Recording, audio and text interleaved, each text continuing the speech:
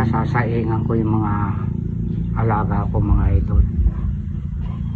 Pagkatapos ko ito na lang po ang tanghalian ko. Matabang ang panlasa ko.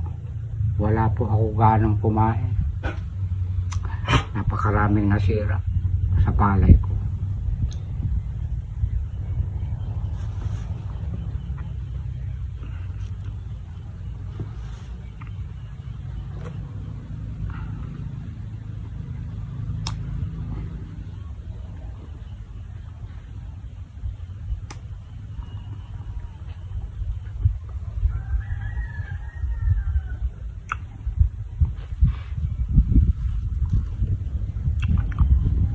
Pwede rin isawsaw sa tubig para lumambot.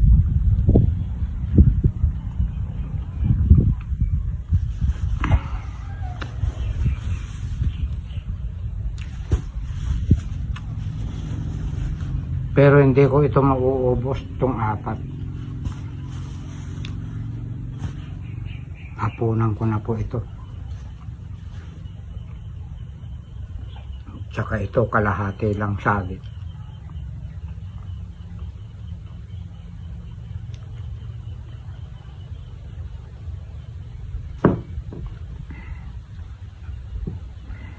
Tubig po ito, sinasawsaw ko para malambot kagatin. Nahihirapan na rin akong umatngat. Sa Ilocano aglulungali agito yung ngipon ko. Apo.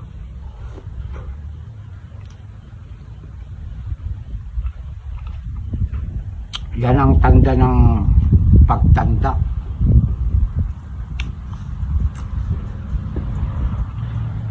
Magiging bungal.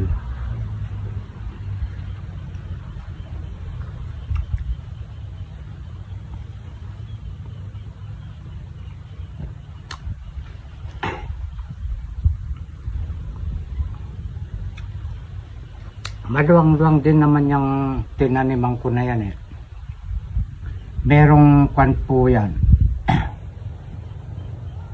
600 square meter.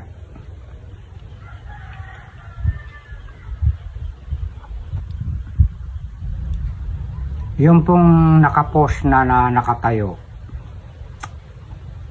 delikado yon yung mga nakayuko na gano'n. May mga ipa yun.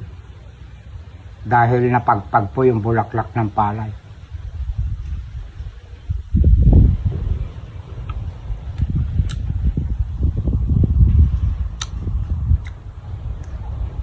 Yung nakatayo na yun, 3/4 ang makukuha ko. 1/4 siguro yung mga nangitim. Dito sa Dumapa, 50-50 mga idol. Kasi halos kalahati yung tumubo. Yung pong hindi tumubo, siyempre hindi tutubo yung ipa. Kasama po yun sa ipa. Yung nakikita na yun. At hanggang dito na lang. Mga idol, hindi ko pa rin alam kung may gana pa akong kakain bukas, magmukbang. Basta makikita nyo na lang po. Pinipili ko na po yung mga magugulang. Na kahit medyo sari-sariwa yung kalahati, ginagapas ko na po. Shout out sa mga solid followers ko. Mga friends. Ayan. Punin natin kabutihan. Bye-bye.